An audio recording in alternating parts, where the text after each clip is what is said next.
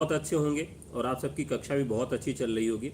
चलिए आज कमेंट करके बता दीजिए कि आप सबको आवाज़ मिल पा रही कि नहीं मिल पा रही, वीडियो चल रहा है कि नहीं चल रहा है। फटाफट आप लोग एक बार मुझे बता दीजिए जिससे मैं क्लास को आगे जारी रख सकूं। आज हम लोग भाषा विज्ञान के कुछ और महत्वपूर्ण प्रश्नों को सॉल्व करेंगे और आज का जो एपिसोड है बहुत ही महत्वपूर्ण होने वाला है। तो चलिए फटाफट आप लोग बताइए। तो जितने भी साथी देख पा रहे हैं वो हमें तुरंत फटाफट बता दें कि वीडियो मिल पा रहा है, आवाज़ आ रही है। जल्दी से हमें एक बार बता दें। आज बहुत महत्वपूर्ण प्रश्नों को हम लोग सॉल्व करेंगे।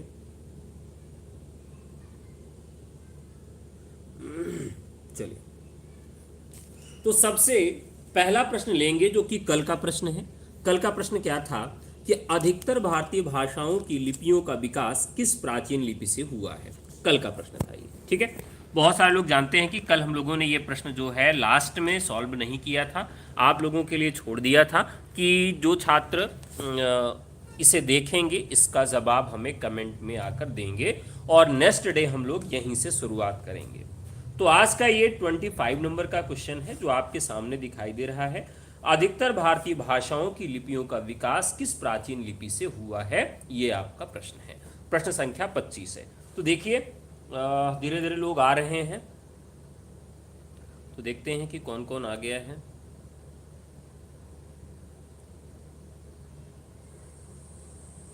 आवाज आ रही है, ठीक है। आवाज आ रही है, ठीक है। चलिए तो यहाँ पर हम शुरुआत करते हैं सबसे पहले प्रश्न की। पहले वाला जो स्ट्रीमिंग था वो थोड़ा सा प्रॉब्लम की थी जिसकी वजह से टूट गया।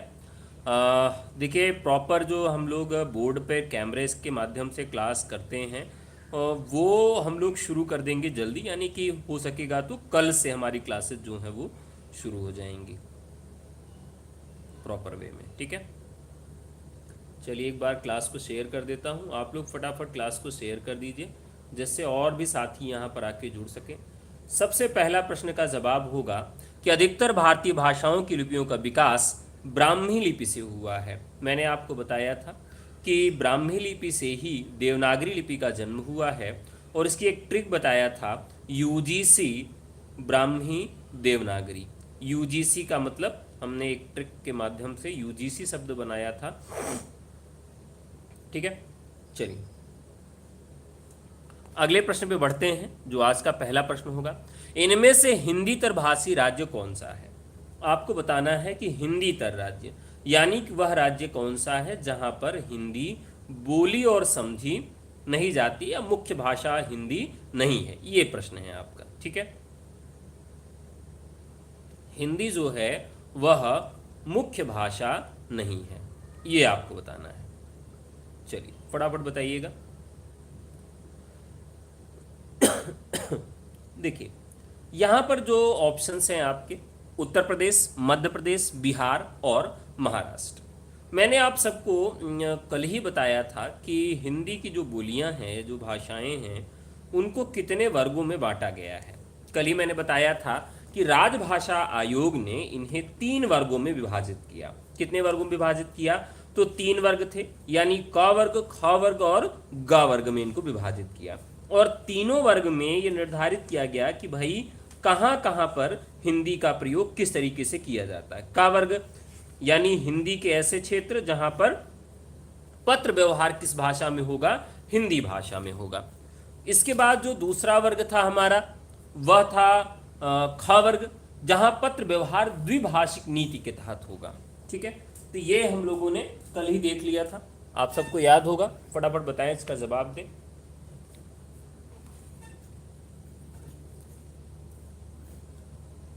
चलिए फटाफट जवाब दीजिए, मित्रों को भी साझा करिए कि वो फटाफट जुड़े। तो हिंदी तर राज्य की बात करें, यानी हिंदी जहां की मुख्य भाषा नहीं है, तो वह राज्य हो जाता है इस ऑप्शन के अनुसार महाराष्ट्र। कौन सा ऑप्शन सही हो जाता है, इस ऑप्शन के अनुसार सही हो जाता है महाराष्ट्र। तो Maharashtra is the right answer, ठीक है। देखिए ख वर्ग में पंजाब, गुजरात, महाराष्ट्र, चंडीगढ़ और अंडमान निकोबार द्वीप समूह है। तो ख वर्ग के अंतर्गत ये आएगा। और ख वर्ग में कौन कौन सी भाषाएं आती हैं? एक तो पंजाब आएगा, यानी कि पंजाबी आ जाएगी, पंजाब का क्षेत्र आएगा। गुजरात आएगा आपके, गुजरात आता है आपके ख वर्ग के क्षेत्र में। महाराष्ट्र आपका आता ही है। चंडीगढ़, चंडीगढ़, चंडीगढ़ क्या है? यहाँ पर पंजाबी का ही प्रभुत्व है। और अंडमान निकोबार द्वीप समूह, ठीक है, अंडमान निकोबार। तो ये जो है ख वर्ग के अंतर्गत आता है। तो जो महाराष्ट्र की भाषा है, मराठी भाषा है, ये लिखी तो जाती है देवनागरी लिपि में, लेकिन जो इसका क्षेत्र है वह किसके अंतर्गत आता है? तो हिंदी तर के अंतर्गत आता है, यानी हिंदी से इतर के अंतर्गत आता है। ठीक है, तो राइट आंसर हो जाएगा महाराष्ट्र। नेक्स्ट क्वेश्चन की तरफ बढ़ेंगे। अगला प्रश्न है, संविधान के अनुच्छेद 343(2) के अनुसार संघ सरकार के कार्यों में अंग्रेजी का प्रयोग जारी रखने की व्यवस्था कब तक के लिए की गई? ये बताना है आपको। 26 जनवरी 1950, 25 जनवरी 1964, 14 सितंबर 1950, 26 जनवरी 1965। देखिए, बहुत ही महत्वपूर्ण प्रश्न है। देखते हैं कितने लोग लाइव आ चुके हैं, कितने साथी ऐसे हैं जो अभी हमको देख पा रहे हैं। चलिए, तो धीरे धीरे लोग जुड़ रहे हैं।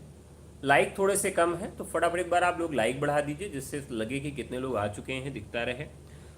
देखिए, मंजू जी आ गई हैं, ओ हीरो आ गए हैं, उमेश कुमार, संयोगिता, अभी मिश्रा जी, संध्या जी आ गई हैं, ठीक है, और अमृता जी आ गई हैं। चलिए, सबका स्वागत है। हम जब भी बात करते हैं मानक भाषा की, यानी कि हिंदी की संवैधानिक स्थिति की, तो हिंदी की जब भी हम संवैधानिक स्थिति की बात करते हैं तो अनुच्छेद 343 की बात करते हैं। और 343 का जो सब क्लॉज 2 है, यानी 343 जो 2 है, इसमें भी बात की गई कि संघ की राजभाषा हिंदी और लिपि कैसी होगी? देवनागरी होगी। भारतीय अंकों का रूप अंकों का अंतर्राष्ट्रीय रूप होगा, किंतु संविधान की अनुमति प्रदान की गई कि 15 वर्ष की अवधि तक, ध्यान रखिएगा कि 15 वर्ष की अवधि, यानी संविधान के जारी होने के 15 साल तक, संविधान के जारी होने के 15 साल तक, यानी 1965 तक, संविधान जारी होने के 15 साल अगर इसमें जोड़ देंगे तो 1965 तक अंग्रेजी का प्रयोग होता रहेगा। तथा इस अवधि की समाप्ति के बाद भी संसद विधि द्वारा भाषा या अंकों के देवनागरी रूप का ऐसा प्रयोजनों के लिए प्रयोग करेगा जो विधि निर्दिष्ट होगा। जैसा न्याय प्रणाली हमारी कहेगी, उसी अनुसार इसका प्रयोग किया जाएगा। तो इस प्रकार से इसका उत्तर होगा 25 जनवरी 1964। जो यहाँ पर एग्जैक्टली जो डेट बनती है वो बनती है 25 जनवरी 1964। ठीक है, 15 साल के लिए रखा गया था। ठीक है, चलिए अब नेक्स्ट क्वेश्चन की तरफ बढ़ेंगे, अगले सवाल की तरफ बढ़ेंगे। हिंदी में किस भाषा के संदर्भ में साधु भाषा, टकसाली भाषा या परिनिष्ठित भाषा का प्रयोग किया जाता है? बताइए आप सब। देखिए, लाइक एक बार बढ़ा दीजिए, जितने लोग आए हैं वो कम से कम सभी लोग लाइक कर दें, फटाफट फटाफट लाइक कर दीजिए। परमिला जी आ गई हैं, संगीता चौहान, रुचि सिंह, उमेश कुमार, ऋचा सिंह, सोनम यादव, संयोगिता। चलिए, सबका स्वागत है। देखिए, यहां पर हिंदी में किस भाषा के संदर्भ में साधु भाषा शब्द का प्रयोग किया गया? साधु भाषा, साधु भाषा का मतलब क्या है? टकसाली भाषा का मतलब क्या है? देखिए, टकसाली भाषा का मतलब होता है कि जिसे हम छापा खाना, छापा खाना का मतलब क्या है? प्रेस, प्रेस की भाषा के रूप में हम उसका प्रयोग कर सकें। तो छापा खाने की जो भाषा है, टकसाली भाषा जो है, साधु भाषा जो है, ये सब इनके क्या हैं? नाम है। तो यहाँ पर ये किसकी भाषा है, किस तरह की भाषा है? तो इस भाषा को हम मानक भाषा कहते हैं। मानक भाषा का मतलब है कि 14 सितंबर 1949 को भारतीय संविधान के द्वारा जिसे भारत की राजभाषा के रूप में स्वीकार कर लिया गया, उसे ही हम मानक भाषा, साधु भाषा, टकसाली भाषा, छापाखाना की भाषा इत्यादि नामों से जानते हैं। नेक्स्ट क्वेश्चन की तरफ बढ़ेंगे। अगला प्रश्न है निम्नलिखित काव्य पंक्तियां किस कवि की हैं? जामै रसु कछु होत है, और पढ़त ताही सब कोय, और बात अनूठी चाहिए भाषा को जामे रस कुछ होत है और पढ़त ताही सब कोय, और बात अनूठी चाहिए भाषा को होए।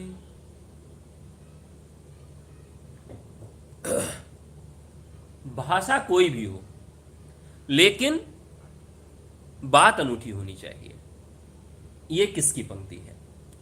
तो साथियों, ये पंक्ति जो है भारतेंदु हरिश्चंद्र की, बहुत महत्वपूर्ण पंक्ति है। अतुल मौर्य जी, अदर स्टेट 91, पूरी संभावना है, मेरी शुभकामना है, अग्रिम बधाई है आपको। चलिए नेक्स्ट क्वेश्चन की तरफ बढ़ेंगे। हिंदी खड़ी बोली गद्य के विकास में किस साहित्यकार ने महत्वपूर्ण भूमिका निभाई? सदल मिश्र, मिश्र बंधु, ग्रियर्सन, अमीर खुसरो। ये आपका प्रश्न है, ठीक है। चलिए चलिए अतुल जी पहले फटाफट जवाब दीजिए, संभावना बढ़िया है, शुभकामना भी मैंने आपको दे दिया है, ईश्वर ने चाहा तो हो जाएगा। खड़ी बोली गद्य का विकास, ये आपको बताना है। देखिए, खड़ी बोली जो गद्य का विकास है वो कब से शुरू होता है? तो खड़ी बोली गद्य का जो विकास है साथियों, वह बहुत सारे लोग तो कहते हैं कि खड़ी बोली का विकास गंग कवि के द्वारा ही हो जाता है, चंद छंद वर्णन महिमा से शुरुआत हो जाती है। खड़ी बोली को अनेक नाम भी मिले, हिंदवी, हिंदवी, दक्षिणी, दकिनी, रेखता, हिंदुस्तानी। ग्रियर्सन ने इसे वर्नाकुलर हिंदुस्तानी तथा डॉक्टर सुनीत कुमार चटर्जी ने इसे जनपदीय हिंदुस्तानी कहा। ध्यान रखिएगा, ये कई बार प्रश्न पूछा जाता है, जनपदीय हिंदुस्तानी मोस्ट इंपॉर्टेंट है।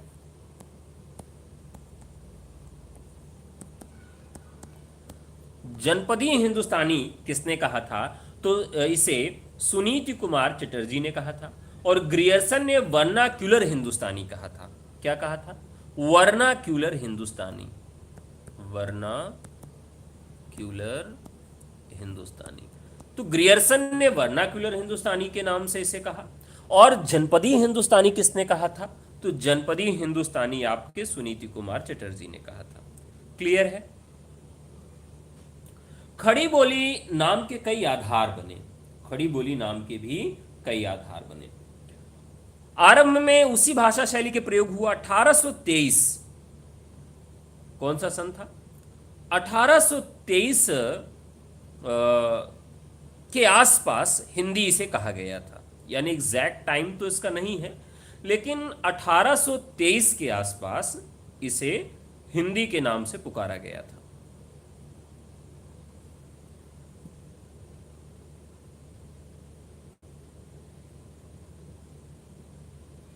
चलिए फटाफट बताइएगा आप सब।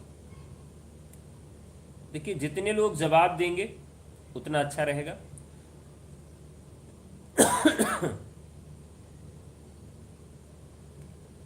थोड़ा सा जुकाम है तो क्षमा करिएगा, ठीक है। चलिए,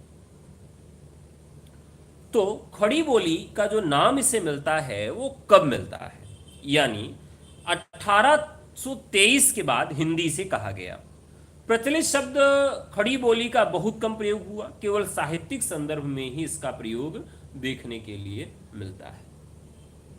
किस संदर्भ में मिलता है? तो इसका प्रयोग जो है वो केवल साहित्यिक संदर्भ में मिलता है, ठीक है, और संदर्भ में नहीं मिलता है। खड़ी बोली का जो बाहुल क्षेत्र है कहां कहां है? देखिए, उसमें मेरठ, बिजनौर, मुजफ्फरनगर, सहारनपुर, देहरादून का मैदानी भाग, अंबाला, पटियाला, राजस्थान में बहुत सारा क्षेत्र है। यहां पर जो इसका सही जवाब होगा वो कौन सा होगा? तो राइट आंसर हो जाएगा सदल मिश्र। यहां बात की गई है गद्य के विकास में किस साहित्यकार की बड़ी भूमिका थी, ठीक है, ये आपको बताना था। तो अकबर के समय से इसकी शुरुआत आप देखें तो अकबर के समय में गंग कवि थे जिन्होंने चंद छंद वर्णन की महिमा नामक एक गद्य की पुस्तक खड़ी बोली में लिखी थी। राहुल सांकृत्यायन ने खड़ी बोली हिंदी का उद्भव काल 7वीं शताब्दी माना है। यही मत चंद्र शर्मा गुलेरी का भी है। आचार्य रामचंद्र शुक्ल स्वतंत्र बोलचाल की भाषा इसे मानते हैं। हजारी प्रसाद द्विवेदी भी इसी मत से सहमत हैं। ठीक है, अब लगभग आप लोग को क्लियर हो गया होगा इसका जवाब। बात बनती है यहां पर कि खड़ी बोली गद्य के उन्नायक कौन कौन थे। यहां पर यह भी प्रश्न पूछा जाता है, खड़ी बोली गद्य के उन्नायक कौन कौन है। देखिए, खड़ी बोली गद्य के उन्नायकों की बात करें तो प्रतिष्ठा का जो श्रेय है वो तो दिया जाता है बाबू हरिश्चंद्र, राजा शिव प्रसाद सितारे हिंद को। खड़ी बोली गद्य के उन्नायक कौन है, तो सदा सुखलाल। कई बार इस तरह का प्रश्न पूछ लिया जाता है कि खड़ी बोली गद्य के उन्नायक कौन है, और उसमें ऑप्शंस आपके सामने दिया जाएगा, सदा सुखलाल, बालकृष्ण भट्ट, भारतेंदु हरिश्चंद्र और प्रताप नारायण मिश्र। तो इस तरह से भी आपसे प्रश्न पूछा जा सकता है कि इनके खड़ी बोली के आरंभिक उन्नायक कौन थे। अगर आरंभिक उन्नायकों की बात किया जाए साथियों, तो यह प्रश्न थोड़ा सा अलग तरह का हो जाता है। तब इसका जवाब क्या हो जाएगा? मुंशी सदा सुखलाल। मुंशी सदा सुखलाल जो हैं ये दिल्ली के रहने वाले थे। इनका जन्म 1803 में हुआ था और उर्दू फारसी के विद्वान थे। इन्होंने विष्णु पुराण के आधार पर सुख सागर की रचना की थी। इनकी भाषा परिष्कृत और शुद्ध थी। इन्होंने अरबी और फारसी शब्दों का प्रयोग नहीं किया। खड़ी बोली गद्य के उन्नायकों में दूसरा नाम आता है इंसा अल्लाह खां का। इंसा अल्लाह खां ने 1855 और 1875 के बीच इनका समय माना जाता है। रानी केत की कहानी इनकी बहुत प्रसिद्ध रचना है और किसी अन्य का भाषा का समावेश इन्होंने नहीं किया। हिंदी को अरबी, फारसी, संस्कृत और गंवारू भाषा के प्रभाव से इन्होंने बचाया। संस्कृत के शब्दों का भी प्रयोग इन्होंने किया है। इनकी भाषा का प्रवाह अच्छा था। लल्लू लाल जी तीसरे नाम के रूप में आते हैं। लल्लू लाल का जन्म 1820 में माना जाता है। फोर्ट विलियम कॉलेज कलकत्ता के अध्यापक गिलक्राइस्ट की इच्छा पर उन्होंने प्रेम सागर की रचना की थी। अरबी, फारसी और तुर्की भाषा के शब्दों का प्रयोग ये हिंदी में नहीं करते थे, यानी कि उसके विपरीत रहते थे। और संस्कृत प्रेस के नाम से एक प्रेस खोला गया था जिसके माध्यम से इसका प्रचार प्रसार हुआ। सदल मिश्र का नाम बहुत महत्वपूर्ण है। गद्य लेखकों में इनका स्थान महत्वपूर्ण क्यों किया? इन्होंने लल्लू जी के साथ फोर्ट विलियम कॉलेज में अध्यापन किया था। अपने मित्रों की प्रेरणा पाकर इन्होंने नासिकेथोपाख्यान की रचना की थी। ईसाई मिशनरियों ने अपना प्रचार लोक बोली में प्रारंभ कर दिया। इस समय ईसाई धर्म ग्रंथ का अनुवाद भी हो रहा था। उनकी भाषा जहां तक बन सकती थी अरबी और फारसी शब्दों से उसमें बचाया गया था। 1884 में पंडित जुगल किशोर शुक्ल ने कानपुर से एक पत्र उदंत मार्तन निकाला। यह हिंदी का प्रथम पत्र माना जाता है।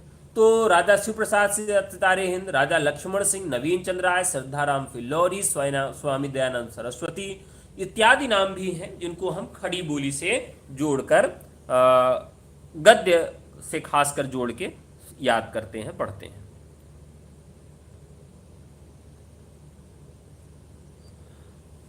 बहुत महत्वपूर्ण प्रश्न है। पाणिनि, यहां पर गलत लिख दिया है, पाणिनि ने होकर छोटी होता है, पाणिनि ने किस ग्रंथ के द्वारा संस्कृत भाषा को एक रूपता देने का प्रयास किया? बताइएगा। देखिए, हम बात करते हैं अष्टाध्यायी पुस्तक की। किस पुस्तक की बात करते हैं? अष्टाध्यायी पुस्तक की। अष्टाध्यायी इसका नाम इसलिए पड़ा क्योंकि ये 8 अध्यायों में लिखी गई किताब है। संस्कृत व्याकरण की किताब है। 8वीं ईसा पूर्व के किताब है। ये 8 अध्याय हैं और इसमें प्रत्येक अध्याय में 4 पाद हैं और प्रत्येक पद में 38 से 220 तक सूत्र हैं। अष्टाध्यायी में 8 अध्याय, 32 पद और कुल मिलाकर 4000 सूत्र हैं। अष्टाध्यायी पर महामुनि कात्यायन का विस्तृत वार्तिक है और सूत्र तथा वार्तिकों पर भगवान पतंजलि का विशद विवरणात्मक महाभाष्य मिलता है। अब यहां पर त्रिमुनि का कॉन्सेप्ट आता है। क्या कॉन्सेप्ट आता है? त्रिमुनि का। यहां भी प्रश्न पूछा गया है कि त्रिमुनि किसे कहा जाता है। तो इन अष्टाध्यायी के ग्रंथों पे जिसने भी वार्तिक या महाभाष्य लिखा वो त्रिमुनि में आते हैं। तो देखिए कौन है? पाणिनि व्याकरणकार कहलाते हैं, सूत्रकार पाणिनि, वार्तिककार कात्यायन और भाष्यकार पतंजलि, यानी जो अष्टाध्यायी है। अष्टाध्यायी के रचनाकार जो हैं वो वैयाकरण हैं, यानी कि सूत्रकार हैं। तो पाणिनि कौन हो जाते हैं? त्रिमुनि में सूत्रकार हो जाते हैं। याद रखिएगा, त्रिमुनि का अलग नाम सूत्रकार। ठीक है, एक हो गए आपके सूत्रकार, दूसरे हो गए वार्तिककार। दूसरे कौन हो गए? वार्तिककार। वार्तिक का मतलब क्या है कि जो चीजें छूटी रह गई हैं उन चीजों को इन्होंने ऐड ऑन कर दिया है, इसमें जोड़ दिया है। तो त्रिमुनि में अलग अलग क्या, कौन किस तरह से, तो सूत्रकार हो गए पाणिनि, वार्तिककार इसमें कौन हो गए? कात्यायन हो गए, और भाष्यकार, तीनों का अर्थ बताने वाले जो हो गए वो पतंजलि हो गए। तो ध्यान रखिएगा, सॉरी, पतंजलि, पतंजलि। अब यहाँ पर आप बहुत बार ये पढ़े होंगे कि ये त्रिमुनि में कौन आता है कौन नहीं आता है, लेकिन अब अगर प्रश्न पूछेगा तो इस तरह से पूछेगा कि इनमें से त्रिमुनियों में किसका क्या महत्व था? पतंजलि का क्या महत्व, पतंजलि का क्या महत्व था, या वार्तिककार कौन था, इसमें सूत्रकार कौन था? तो इस तरह का प्रश्न आपसे पूछा जा सकता है। तो यहाँ पर भी आपको ध्यान रखना है। अष्टाध्यायी जो है 6 वेदांगों में मुख्य माना जाता है। अष्टाध्यायी में 3155 सूत्र हैं। वर्ण सामान्य के 14 पत्याहार हैं। इसमें अष्टाध्यायी का परिणाम एक सहस्त्र श्लोकों के बराबर है। ठीक है, और अष्टाध्यायी को सर्ववेद परिषद शास्त्र कहा गया है। क्या कहा गया? सर्ववेद परिषद शास्त्र कहा गया है। अष्टाध्यायी का संबंध किसी वेद विशेष तक सीमित न होकर सभी वैदिक संहिताओं से था। ठीक है, अब अष्टाध्यायी की रचना किस प्रकार से होती है?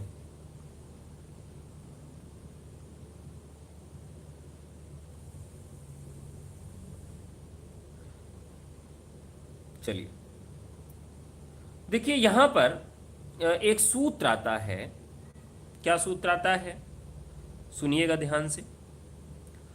तो सूत्र है, नृत्यावसाने नटराज राजो, नृत्यावसाने नटराज राजो ननाद ढक्काम नव पंचबारम, उद्धुत्कार्मः सनकादि सिद्धान एतं विमर्शे शिवसूत्रजालम्, नृत्यावसाने नटराजराजो ननाद ढक्कां नव पंचवारम्, उद्धर्तु कामः सनकादि सिद्धान एतद्विमर्शे शिवसूत्रजालम्। शिवसूत्र जालम मतलब इस प्रकार से उन्होंने कहा कि 9 और 5 ननादि ढक्काम, शिव ने अपने डमरू से इधर 9 बार और इधर 5 बार, कुल मिलाकर 14 बार डमरू बनाया, और उन 14 से माहेश्वर सूत्र वर्णमाला का जन्म हुआ, और उसी वर्णमाला से पाणिनि जी ने पूरी अष्टाध्यायी की रचना कर दी। तो यहां पर ये इसका महत्व हो जाता है। नेक्स्ट क्वेश्चन, पुरानी हिंदी को किस भाषा का समानार्थक माना गया है? बताइए। पुरानी हिंदी,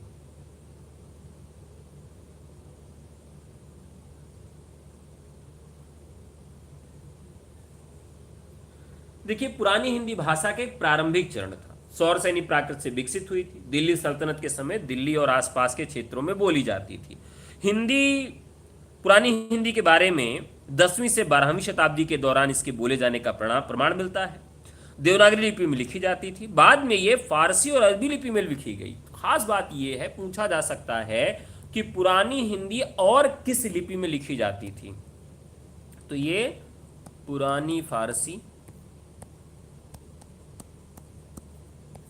और अरबी लिपि में भी लिखी गई, क्योंकि जब भारत में इस्लाम आक्रांता आते हैं तो उन्होंने पुरानी फारसी में भी पुरानी हिंदी को लिखा, और अरबी भाषा में भी उन्होंने इसको लिखा है। पुरानी हिंदी के साहित्यिक प्रमाण अमीर खुसरो, नामदेव और गंजी शकर के ग्रंथों में मिलते हैं। भारत में मुस्लिम शासन के दौरान पुरानी हिंदी में फारसी के शब्दों को शामिल किया जाने लगा। 16वीं शताब्दी के आसपास फारसी और अरबी के शब्दों को शामिल करने के बाद पुरानी हिंदी से हिंदुस्तानी और हिंदी फिर उर्दू का विकास हो जाता है। चंद्र शर्मा गुलेरी ने अपभ्रंश की आखिरी अवस्था अवहट्ट को पुरानी हिंदी नाम दिया था। ठीक है, तो ये राइट आंसर हो जाएगा। क्या जवाब नहीं दिया? क्या पुरानी हिंदी को किस भाषा का समानार्थक कहा गया है? चलिए, उत्तर मैंने नहीं दिया था, बता देता हूं। तो इसका उत्तर हो जाएगा अपभ्रंश। ध्यान रखिएगा, क्योंकि अपभ्रंश का ही एक रूप है जो कि पुरानी हिंदी के रूप में है। नेक्स्ट क्वेश्चन, पश्चिमी हिंदी का उद्भव किस अपभ्रंश से हुआ है? पश्चिमी हिंदी का उद्भव किस अपभ्रंश से हुआ है? तो देखिए, हम अगर अपभ्रंश की बात करें तो अपभ्रंश में जैसे जो हमारे अपभ्रंश हैं, मुख्य अपभ्रंश जिनसे सभी भाषाओं का जन्म हुआ है, वो कौन कौन से हैं? देखिए, पहला हमारा जो अपभ्रंश है वह है सौरसेनी अपभ्रंश। ठीक है, सौरसेनी अपभ्रंश जो है, इसी से ही लगभग ज्यादातर भाषाओं का जन्म हुआ है, सबका तो नहीं कह सकते। सौरसेनी, तो सौरसेनी में हमारा राजस्थानी आ जाएगा, राजस्थानी। इसी में आ जाएगा पश्चिमी। ठीक है, और बताइए, सौरसेनी अपभ्रंश से और किसका जन्म हुआ है? राजा सूरसेन का जनपद जो था,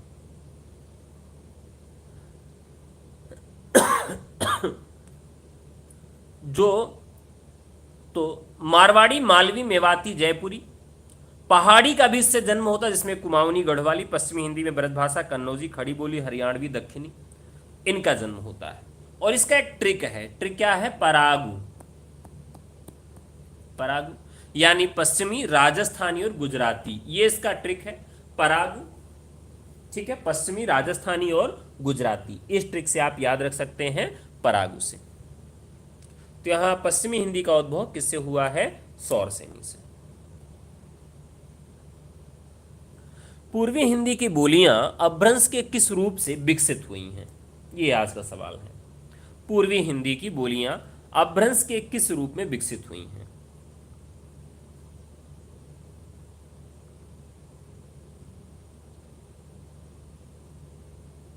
देखिए, अर्धमागधी जो है भारतीय आर्य भाषाओं की हिस्सा थी और प्राचीन काल में मगध में बोली जाती थी। संस्कृत और आधुनिक भारतीय आर्य भाषाओं के बीच की कड़ी मानी जाती है अर्धमागधी को।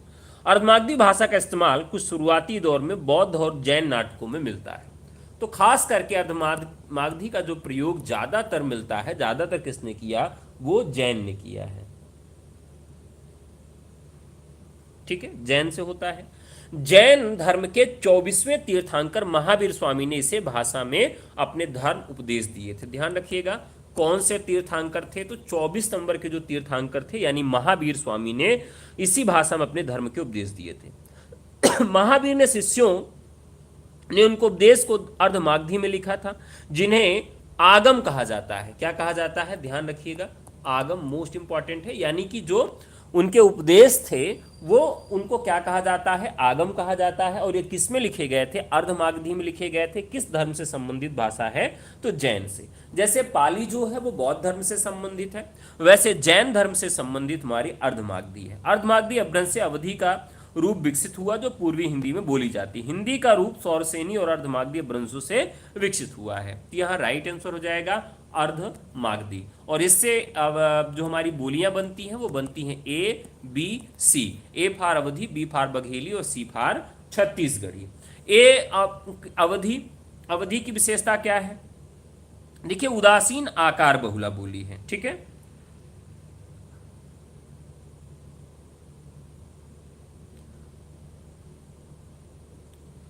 अवधि किस प्रकार से है? तो जैसे कहें कि एक मनई के दुई बिटवा रहीन, वाक्य किस प्रकार का है? तो अवधि का है। कहां कहां बोली जाती है? उत्तर प्रदेश में अवधि क्षेत्र लखनऊ, बहराइच, हरदोई, सीतापुर, लखीमपुर खीरी, फैजाबाद, प्रतापगढ़, सुल्तानपुर, इलाहाबाद, फतेहपुर, मिर्जापुर, जौनपुर आदि के कुछ क्षेत्रों में बोली जाती है। ठीक है, तो यहां पर अवधि का यह क्षेत्र हो गया। अब बात करते हैं बघेली की। बघेली जो बोली है इसकी क्या विशेषता है? ये बघेली जो है ये बघेलखंड की है।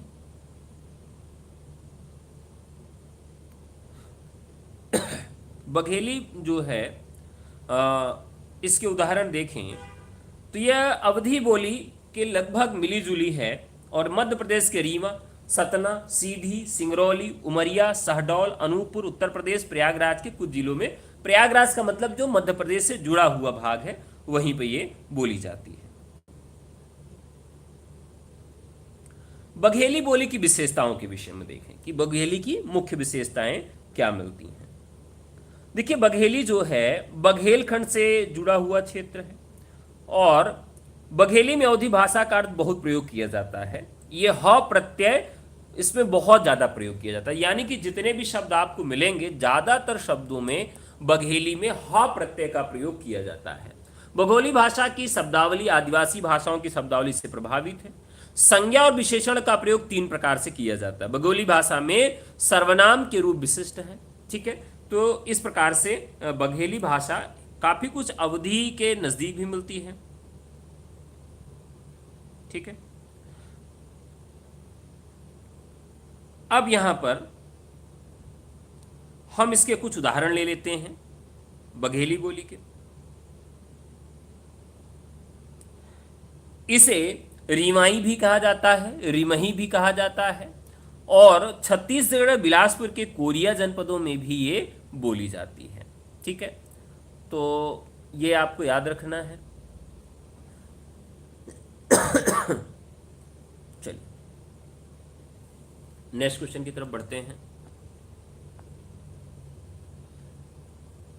35 भाषा विज्ञान के किस खंड में पद में वाक्य बनाने की प्रक्रिया का वर्णनात्मक, तुलनात्मक तथा ऐतिहासिक दृष्टि से अध्ययन होता है?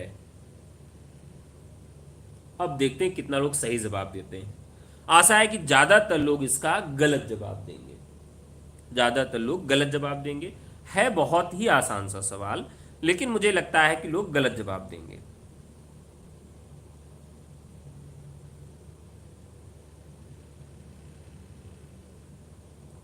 चलिए, यहां 35 का ए आ रहा है ऑप्शन। ज्यादातर लोग 35 का ए दे रहे हैं।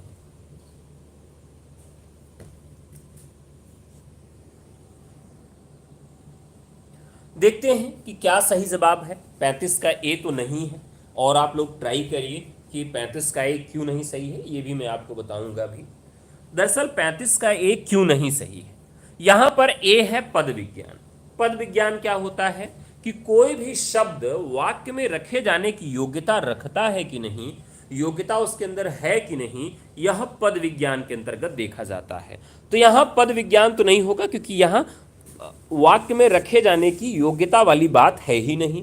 इस तरीके से यहां पर पद विज्ञान तो नहीं होगा। अब बात करते हैं ध्वनि विज्ञान की। ध्वनि विज्ञान तो छोटे छोटे वर्णों को ध्यान में रखा जाता है, इसलिए यहां पर ध्वनि विज्ञान भी नहीं होगा। अब आता है वाक्य विज्ञान। वाक्य विज्ञान क्या है साथियों? वाक्य का मतलब होता है सिंटैक्स के अंतर्गत भाषा में शब्द या पद समूहों को वाक्य बनाने की प्रक्रिया का व्यवस्थित अध्ययन किया जाता है। नोम चॉम्स्की ने वाक्य विज्ञान को परिभाषित करते हुए लिखा है, वाक्य विज्ञान उन सिद्धांतों और प्रक्रियाओं का अध्ययन है जिनमें भाषा विशेष में वाक्य गठित होते हैं। ठीक है, तो ध्यान रखना है कि भाषा विज्ञान के किस खंड में पद से वाक्य बनाने की प्रक्रिया का वर्णनात्मक, तुलनात्मक और ऐतिहासिक दृष्टि से अध्ययन किया जाता है। देखिए, बहुत आसान सा सवाल था, लेकिन ज्यादातर लोगों ने क्या किया है, गलत जवाब दे दिया है। तो हो गया आपका वाक्य विज्ञान। नेक्स्ट क्वेश्चन की तरफ बढ़ेंगे। 36 नंबर का प्रश्न है, पाली प्राकृत भाषाएं किससे विकसित हुई हैं? लौकिक संस्कृत, पुरानी हिंदी, सौरसेनी या फिर वैदिक संस्कृत? चलिए देखिए, कितने लोग आ चुके हैं। अर्पणा, सुमित अवस्थी जी, अरुणदीप जी, निशांत प्रताप जी, सुमन हिंदी, संयोगिता जी, वर्षा करदम जी, सुबोधिनी जी, सुमन जी, संयोगिता जी, पंकज जी, मीना चौधरी जी, अमृता सोनम और सुमन हिंदी जी। चलिए, वर्षा करदम जी और निशांत प्रताप सिंह। चलिए, ये ज़्यादातर लोग डी ऑप्शन दे रहे हैं। क्या दे रहे हैं? डी ऑप्शन दे रहे हैं कि 36 का जो सही है वो डी सही है। चलिए देखते हैं कि कौन सा सही होता है। यहाँ पर एकदम सही बात है कि जब हम भाषाओं की शुरुआत की बात करते हैं तो सबसे पहली भाषा हमारी कौन सी आती है? तो सबसे पहली भाषा हमारी आती है संस्कृत। और संस्कृत में भी इसके 2 भाग हमको मिलते हैं। एक तो हमारा वैदिक संस्कृत होता है और एक हमारा लौकिक संस्कृत होता है। वैदिक संस्कृत ही आगे लौकिक संस्कृत, फिर पाली, फिर प्राकृत, इस तरह से इसका विस्तार होता चला जाता है। तो यहां पर राइट आंसर हो जाएगा वैदिक संस्कृत। अगला प्रश्न है, भाषा के संदर्भ में महात्मा गांधी ने किसका समर्थन किया है? 37 नंबर का क्वेश्चन है। हिंदी, हिंदुस्तानी, हिंदुई और उर्दू।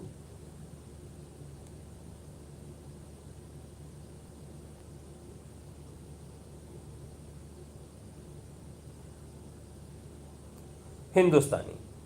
देखिए, हिंदुस्तानी बहुकेंद्रीय भाषा है। इसमें हिंदी और उर्दू दोनों के मानक रूपों को रखा जाता है, यानी कि इसमें हम उर्दू को अलग नहीं करते हैं। समझिएगा, हिंदी और उर्दू, हिंदी और उर्दू का जो मिला हुआ रूप है वो क्या है साथियों? हिंदुस्तानी। भारत में एक समय बड़ा विवाद चल रहा था। किस चीज को लेकर विवाद था? कि हिंदी में केवल संस्कृत के शब्दों को महत्व दिया जाए, और कुछ लोग कह रहे थे नहीं, उर्दू के शब्दों को भी रखा जाए।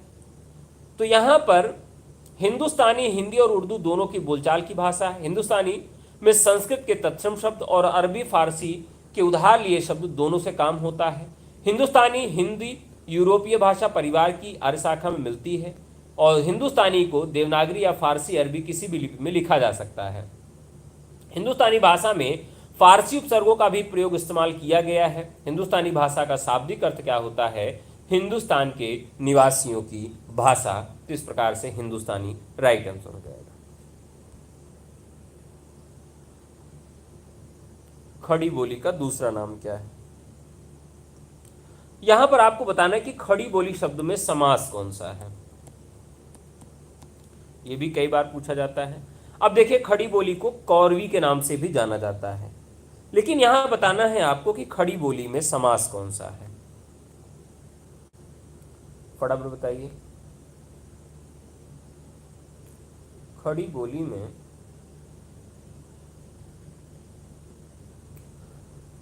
समास कमेंट करके बताना है। देखिए, अब यहां लोग क्या जवाब दे रहे हैं इसको भी देखना पड़ेगा। खड़ी बोली, बोली कैसी है? खड़ी है। बोली कैसी है? खरी है। तो ये क्या कर रही है? विशेषण और विशेष का काम कर रही है। किसका काम कर रही है? तो विशेषण और विशेष का काम कर रही है खड़ी बोली। ठीक है, तो अब कौन सा हो जाएगा ऑप्शन? बताइए। अगर हम ये कह दें कि बोली की विशेषता क्या है, बोली कैसी है, तो बोली खड़ी है या बोली खरी है, तो क्या सही जवाब हो जाएगा? तब ये हो जाएगा कर्मधारय समास। अगला, अवधि बोली का केंद्र स्थान क्या है? देखिए, अवधि का क्षेत्र तो मैंने आपको बता दिया था, अवधि का क्षेत्र बता दिया था, लेकिन यहां पूछ रहा है कि इसका जो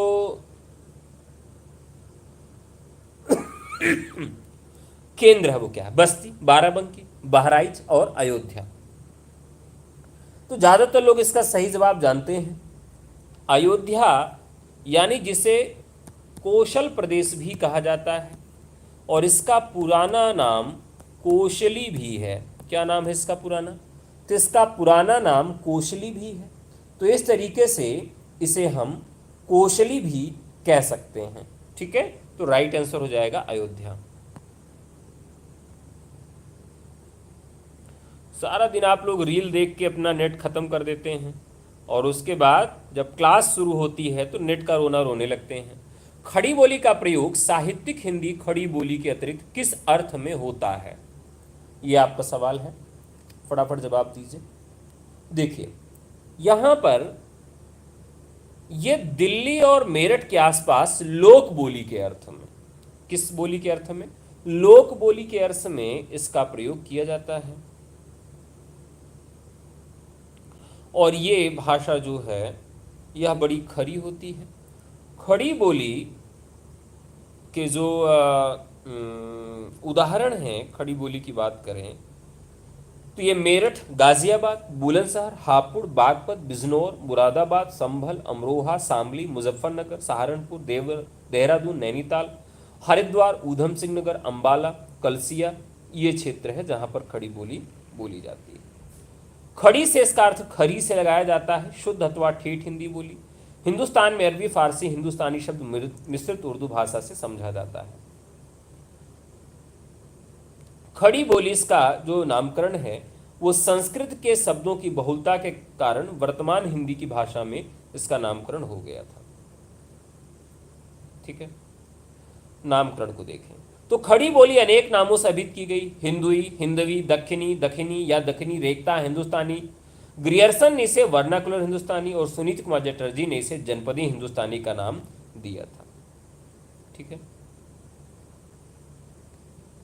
अब यहां पर राइट आंसर हो जाएगा बी। अपभ्रंश को पुरानी हिंदी कहने वाले प्रथम लेखक कौन थे? ये तो आसान सा सवाल है, सभी लोग इसका जवाब दे ही देंगे। तो चंद्रधर शर्मा गुलेरी राइट आंसर।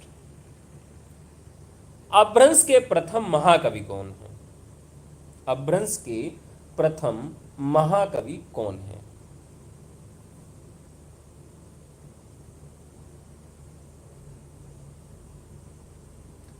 स्वयंभू।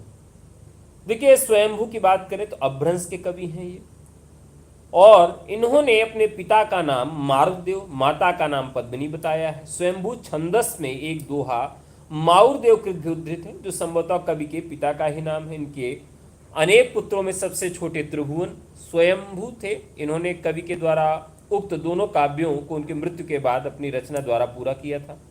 कवि ने अपने रिठ्ठमाणी चिरु आरंभ में भारत में पिंगल, भामह, दंडी के अतिरिक्त बाण और हर्ष का भी उल्लेख किया है, जिससे उनका काल 7वीं शताब्दी के आसपास का सिद्ध होता है। स्वयंभू का उल्लेख पुष्पदंत ने अपने महापुराण में भी किया है। इनकी 3 रचनाएं प्राप्त होती हैं, पौमचरित, पद्मचरित, रिठ्ठणेमचरित, अरण्येमचरित और हरिवंश पुराण के नाम से, और स्वयंभू छंदस। प्रथम 2 रचनाएं काव्यात्मक, तीसरी रचना अपभ्रंश छंद शास्त्र विषय ग्रंथ है। स्वयंभू की रचनाओं में महाकाव्य के सभी गुण मिलते हैं। ठीक है, तो अगला प्रश्न लेंगे।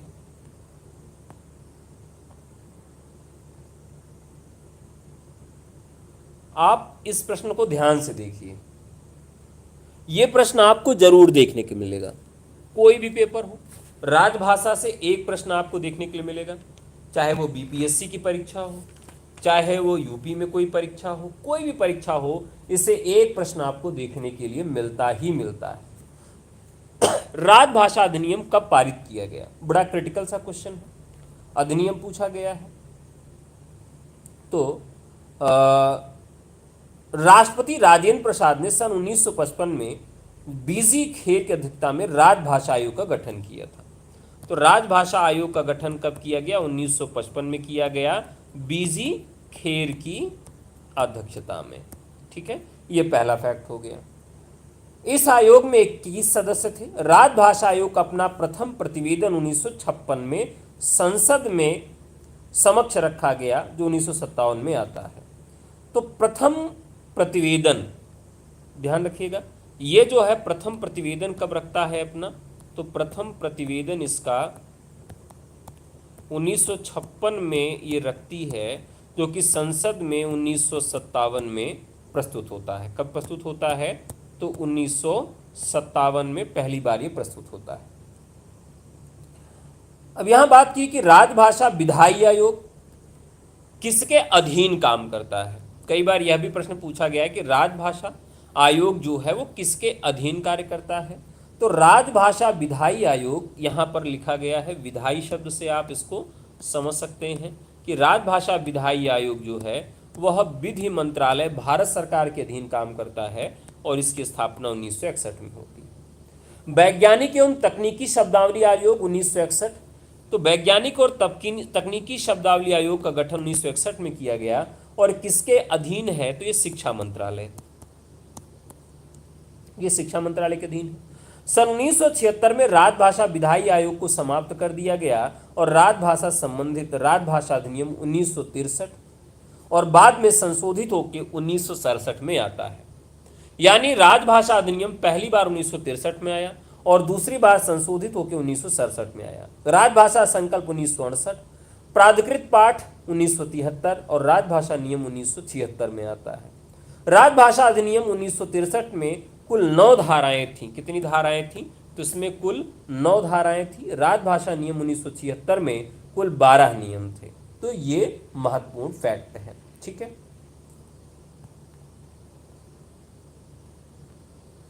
राजभाषा अधिनियम में संशोधन कब किया गया? अभी अभी मैंने आपको इसका भी जवाब दे दिया है कि इसका संशोधन कब होता है। तो पहली बार 1963 में आया और दूसरी बार 4 साल बाद इसमें संशोधन प्रस्तुत कर दिया जाता है। सन 1955 में राष्ट्रपति ने जिस राजभाषा आयोग की नियुक्ति की उसमें कितने सदस्य थे?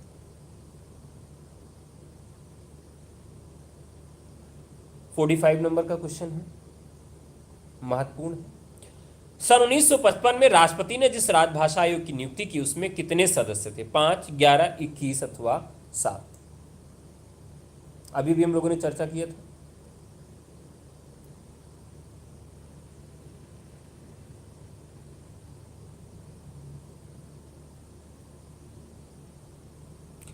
अभी भी हम लोगों ने चर्चा किया था।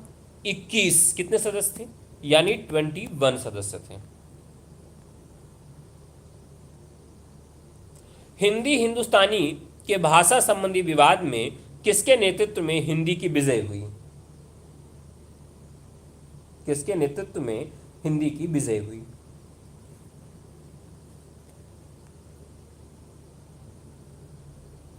हिंदी हिंदुस्तानी विवाद क्या है? दरअसल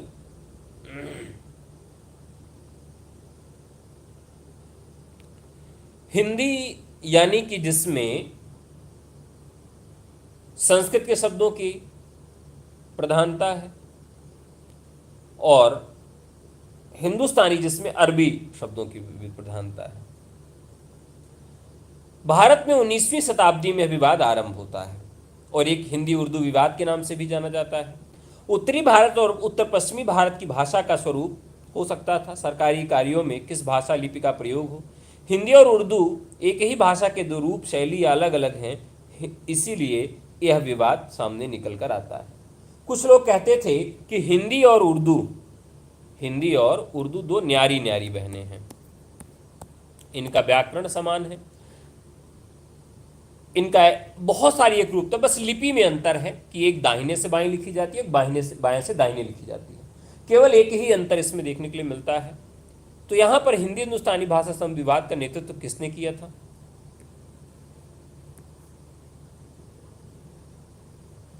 पुरुषोत्तम दास टंडन इसका राइट आंसर है। किशोरीदास वाजपेयी ने 19वीं शताब्दी के पूर्वार्ध को किस युग के नाम से भेद किया है? बताइए। भारतीय युग, लाल युग, खड़ी बोली हिंदी युग और आधुनिक युग। किशोरीदास वाजपेयी एक व्याकरणिक है। इन्होंने 19वीं शताब्दी के पूर्वार्ध को लाल युग के नाम से भेद किया है। किस नाम से किया है? लाल युग। किस शताब्दी को हिंदी का प्रचार युग कहा जाता है? मुझे लगता है कि सही जवाब सभी लोग देंगे, बहुत ही महत्वपूर्ण है। तो राइट आंसर हो जाएगा 19वीं शताब्दी। कल भी हम लोगों ने इससे संबंधित एक क्वेश्चन किया था। हिंदी की मंडियाली बोली का संबंध किससे है? राजस्थानी, पहाड़ी, बिहारी या पश्चिमी हिंदी?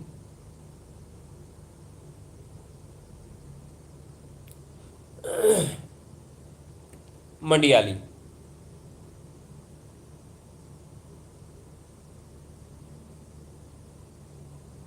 हिमाचली बोली की बात करें तो राइट आंसर होगा। तो हिमाचली जो है ये पहाड़ी के अंतर्गत आती है और यहां पर जो राइट आंसर होगा वो यही होगा। पश्चिमी पहाड़ी के अंतर्गत हिमाचल प्रदेश के अलावा जम्मू, जौनसार, बाबर में भी बोली जाती है। इसे इंडो आर्यन भाषा में कहा जाता है। इसमें एक तो बोली आती है आपकी मंडेली। कौन सी बोली आती है? मंडेली, कांगड़ी, पंजाबी का थोड़ा भी रूप इसमें मिलता है, बघाटी, बघाटी। तो ये बोलियां हैं जो पहाड़ों में भी बोली जाती हैं। 50। पूर्वी हिंदी के अंतर्गत कौन सी बोली आती है? बांगरू, ब्रजभाषा, मैथिली या अवधी? पूर्वी, पूर्वी के अंतर्गत आएगी A for Awadhi, B for Bagheli, C for Chhattisgarhi, यानी कि A B C. Right answer हो जाएगा अवधी। भाषा का निर्माण अपभ्रंश में क्षेत्रीय या देसी भाषा के अधिक मिश्रण के फलस्वरूप हुआ है। यह नाम अपभ्रष्ट या विकृत रूप है। अपभ्रष्ट शब्द का संबंध संस्कृत से है। पा का विकार व के रूप में हुआ और स्टा का विकार स्ठा के रूप में परिवर्तित होकर यह नाम बना। मध्यकालीन आर्य भाषा की यह अंतिम कड़ी है। मध्यकालीन आर्य भाषा की इस अवस्था का या कड़ी को अपभ्रंश या हिंदी के बीच की कड़ी के रूप में जाना जाता है। तो सभी लोग इसका जवाब दे देंगे। राइट आंसर हो जाएगा अवहट। ये क्या कही जाती है? कड़ी के रूप में मानी जाती है। किस रूप में मानी जाती है? तो ये एक कड़ी के रूप में मानी जाती है।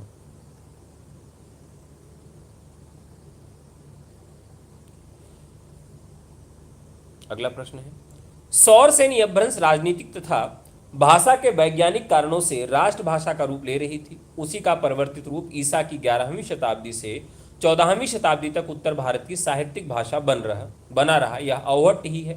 भाषा विकास की दृष्टि से अवहट्ट अपभ्रंश की उत्तरकालीन अवस्था है, किंतु साहित्य रचना इस भाषा में 14वीं शताब्दी तक होती रही। तो यह कथन किसका है? यह पेपर में कई बार पूछा गया है। तो यहां शिव प्रसाद सिंह इसका राइट आंसर है। राइट आंसर क्या होगा? तो शिव प्रसाद सिंह इसका राइट आंसर हो जाएगा।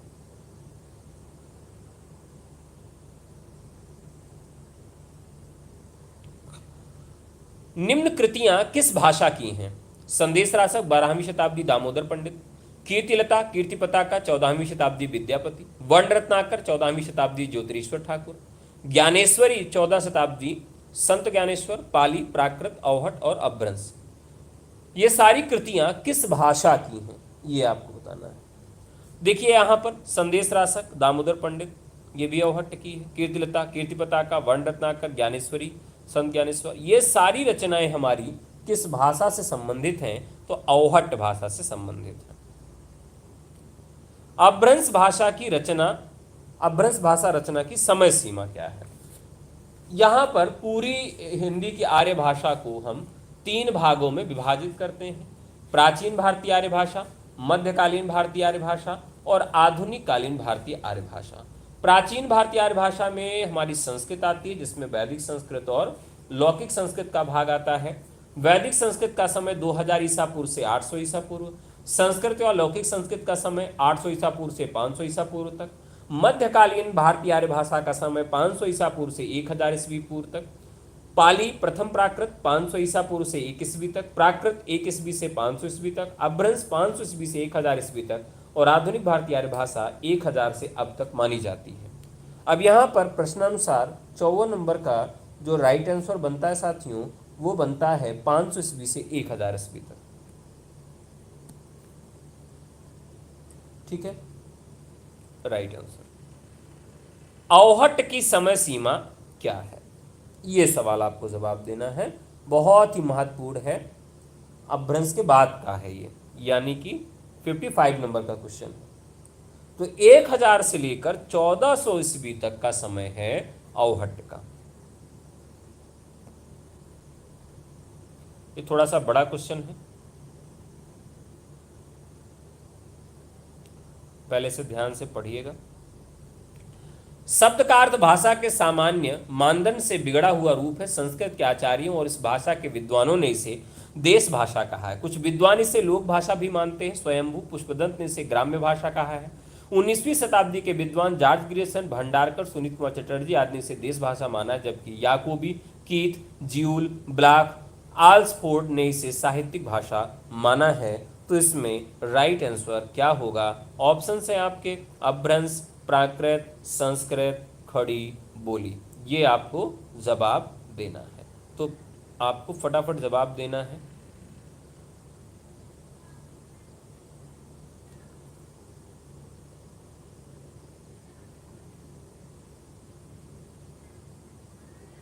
तो बहुत सारे लोग ये जवाब दे रहे हैं, एकदम सही जवाब है, अपभ्रंश is the right answer. 57 number का प्रश्न, ऋग्वेद की भाषा क्या है? देखिए, ऋग्वेद जो है यह वैदिक संस्कृत में लिखा गया है, यानी जितने भी वेद इत्यादि लिखे गए हैं वह वैदिक संस्कृत में लिखे गए हैं। वेद में एक शब्द प्रत्यय लगाने से वैदिक शब्द बनता है। वाल्मीकि कृत रामायण, व्यासकृत महाभारत किस भाषा में लिखा गया है? तो यह संस्कृत भाषा में लिखा गया है, या इसे हम लौकिक संस्कृत भी कह सकते हैं। तो यह वैदिक संस्कृत में नहीं लिखा गया है। कालिदास, भवभूति, जयदेव किस भाषा के रचनाकार थे? तो ये सब संस्कृत यानी कि लौकिक संस्कृत के रचनाकार थे। बुद्ध वचनों में त्रिपिटक संग्रह, सूत पिटक, धम्मपटक, अभिधम पिटक, विनय पिटक की रचना में की गई और बौद्ध एवं दर्शन से संबंधित रचनाएं लिखी गई। जातक, अट्ठकथा, दीपवंश और महावंश आदि की रचना इसी भाषा में की गई है। प्राकृत, संस्कृत, पाली या छंदस? काफी महत्वपूर्ण प्रश्न है। तो राइट आंसर हो जाएगी पाली। पाली किसकी भाषा थी? तो ये बौद्ध धर्म की भाषा थी। अगला सवाल है, वैदिक संस्कृत और लौकिक संस्कृत साहित्यिक भाषा काल में जन भाषा थी। तो जन भाषा हमेशा उससे एक नीचे रहती है, यानी प्रथम प्राकृत जो थी प्राकृत थी, पाली थी। प्रथम प्राकृत कौन सी थी? वो पाली थी। द्वितीय प्राकृत कौन सी थी? प्राकृत थी। और तृतीय प्राकृत कौन सी थी? अपभ्रंश थी। तो यहाँ यह भी पूछा जाता है कि इनमें से प्रथम प्राकृत कौन सी थी, द्वितीय प्राकृत कौन सी थी और तृतीय प्राकृत कौन सी थी? यहाँ प्रश्नानुसार प्रश्न संख्या 61 का जवाब हो जाएगा प्राकृत। जिस समय संस्कृत थी उस समय लौकिक संस्कृत साहित्यिक भाषा, जन भाषा उस समय प्राकृत थी। अब यहां ध्यान रखिएगा, इस प्राकृत का मतलब पाली भी हो सकता है, इस प्राकृत का मतलब प्राकृत भी हो सकता है, और इस प्राकृत का मतलब अपभ्रंश भी हो सकता है। जब यहां पर प्रथम प्राकृत, द्वितीय प्राकृत और तृतीय प्राकृत दे, तभी यहां पर इसे हम पाली प्राकृत या अपभ्रंश के रूप में जानेंगे, या तो पाली प्राकृत अपभ्रंश, इस तरह से ऑप्शन को रखें। नागर, उपनागर, अभीर, ब्राचड किसके भेद थे? स्वाभाविक है, आप सब जानते होंगे। जल्दी से जवाब दें।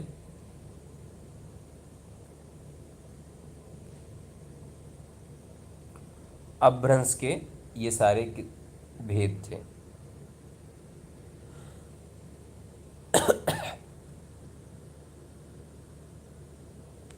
देखिए, अपभ्रंश के 3 भेद स्वीकारे गए। अब पश्चिमी अपभ्रंश, दक्षिणी अपभ्रंश और अपभ्रंश पूर्वी अपभ्रंश, यानी पूर्व, पश्चिम और दक्षिण। वैसे 3 अपभ्रंश माने गए, पूर्व, पश्चिम और दक्षिण अपभ्रंश ये माने गए थे, लेकिन इनके नाम अलग अलग तरीके से कर दिए गए। ठीक है, अब यहां अपभ्रंश की बात करें तो भोलानाथ तिवारी ने उत्तर भारत में बोलचाल की भाषा को इसे माना था। अपभ्रंश के कवियों ने अपनी भाषा को केवल भाषा या देसी भाषा या गामेल्य भाषा, ग्रामीण भाषा कहा। संस्कृत के व्याकरणों और अलंकार ग्रंथों में इस भाषा के लिए अपभ्रंश और कहीं कहीं अपभ्रंश संज्ञा का प्रयोग किया गया है। अपभ्रंश नाम संस्कृत के आचार्यों का दिया हुआ है, आपाततः तिरस्कार सूचक प्रतीत होता है। महाभाष्यकार पतंजलि ने जिस प्रकार अपभ्रंश शब्द का प्रयोग किया उससे पता चलता है कि संस्कृत या साधु शब्द के लोक प्रचलित विविध रूप अपभ्रंश या अपशब्द कहलाते थे। इस प्रकार प्रतिमान में च्युत, स्खलित, भ्रष्ट अथवा विकृत शब्दों को अपभ्रंश की संज्ञा दी गई थी। दंडी 7वीं शताब्दी के कथन में पुष्टि होती है कि शास्त्र अथवा व्याकरण शास्त्र में संस्कृत से इतर शब्दों को अपभ्रंश कहा जाता है। इस प्रकार पाली, प्राकृत, अपभ्रंश सभी के शब्द अपभ्रंश संज्ञा के अंतर्गत आ जाते हैं, फिर भी पाली प्राकृत को अपभ्रंश वाम नहीं दिया गया है। ठीक है, तो राइट आंसर हो जाएगा यहां पर अपभ्रंश। तिरसठ का कालखंड है 5वीं से 10वीं शताब्दी तक इत्यादि इसकी प्रमुख रचनाएं हैं। भविष्यत कहा, धनपाल, जसहरचर्यु, महापुराण, पुष्पदंत, पौमचर्यु, स्वयंभू, करकंडचर्यु, मुनि कनकामर, दोहा को, चर्यापद, 84 सिद्धों की रचना इत्यादि। तो आप सब जान ही गए होंगे कि हम अपभ्रंश की बात कर रहे हैं, तो अपभ्रंश इसका राइट आंसर हो जाएगा।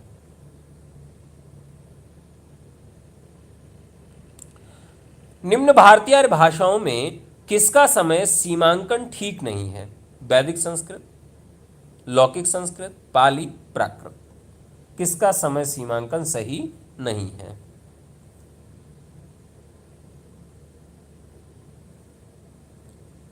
देखिए, वैदिक संस्कृत का समय बहुत सारी पुस्तकों में आपको 2000 से मिलेगा और बहुत सारी पुस्तकों में 1500 मिलेगा। तो यहां पर कंफ्यूज मत होइएगा, 1500 और 2000 ईसा पूर्व दोनों भी आपको ऑप्शन में मिल सकता है वैदिक संस्कृत की उत्पत्ति को लेकर। ठीक है, और 500 वैदिक संस्कृत का जो समय है वह कहां से है? तो 2000 ईसा पूर्व से 800 ईसा पूर्व तक है, 2000 से 800 ईसा पूर्व तक। और बहुत सारी पुस्तकों में आपको मिलेगा 1500 ईसा पूर्व से 800 ईसा पूर्व का जो समय है वो वैदिक संस्कृत का है, और लौकिक संस्कृत का 800 ईसा पूर्व से 500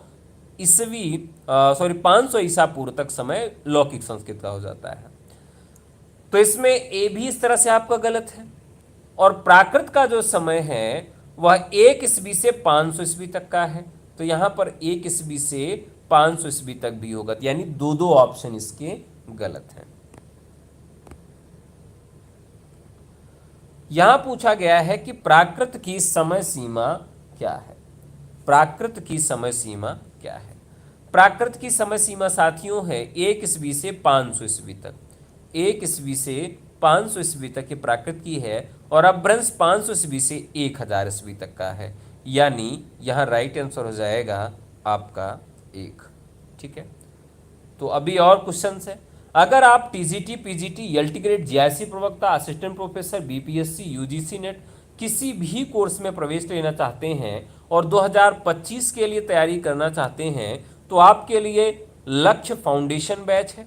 और अगर आप 2024 के लिए तैयारी करना चाहते हैं या अपकमिंग एग्जाम जो रिसेंट में हो जाएगा, जल्दबाजी में हो जाएगा, उसके लिए तैयारी करना चाहते हैं, तो आपके लिए स्वतंत्रता बैच है।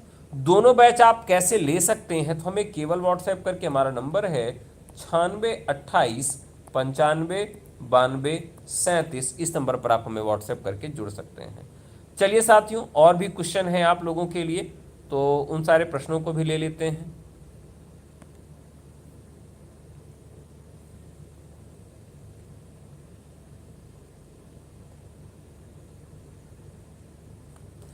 इनमें कौन सी बोली बिहारी हिंदी वर्ग में नहीं आती? अब फटाफट क्वेश्चन लेंगे, अब टाइम नहीं लेंगे, क्योंकि अभी तक हम लोगों ने टाइम लेके सारे क्वेश्चन को किया है, अच्छे से समझा है।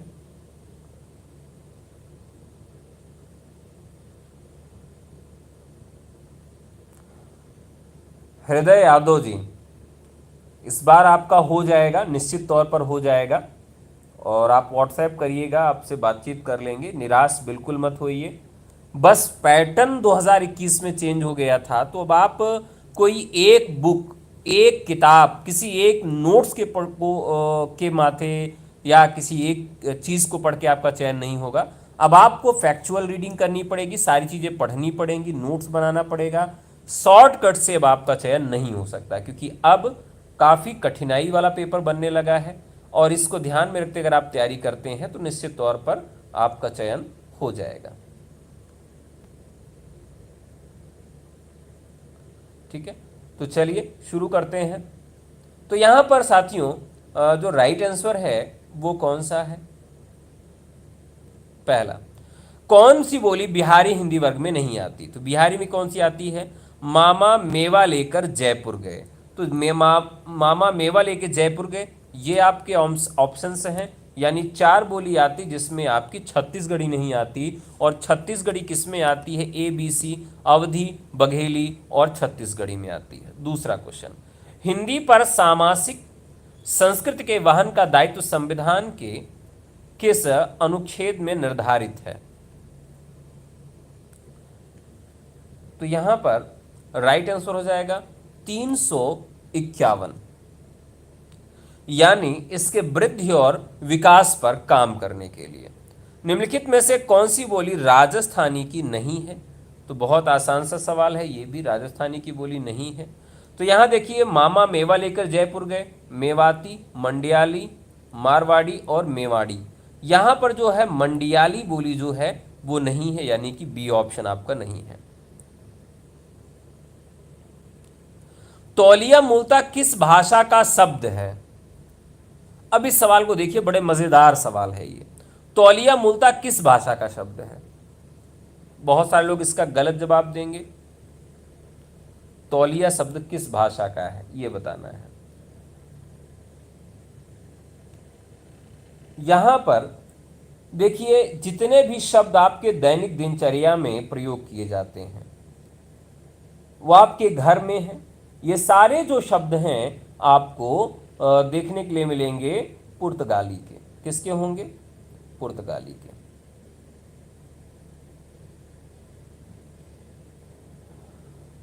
अब यहां पर आलपीन, आलमारी, बाल्टी, चाबी, फीता, तंबाकू, आया, इस्पात, स्त्री, कमीज, कनस्टर, कमरा, काजू, गमला, गोदाम, गोभी, तौलिया, नीलाम, परत, पिस्तौल, मेज, लबादा, साया, पादरी, परात और इस्पात।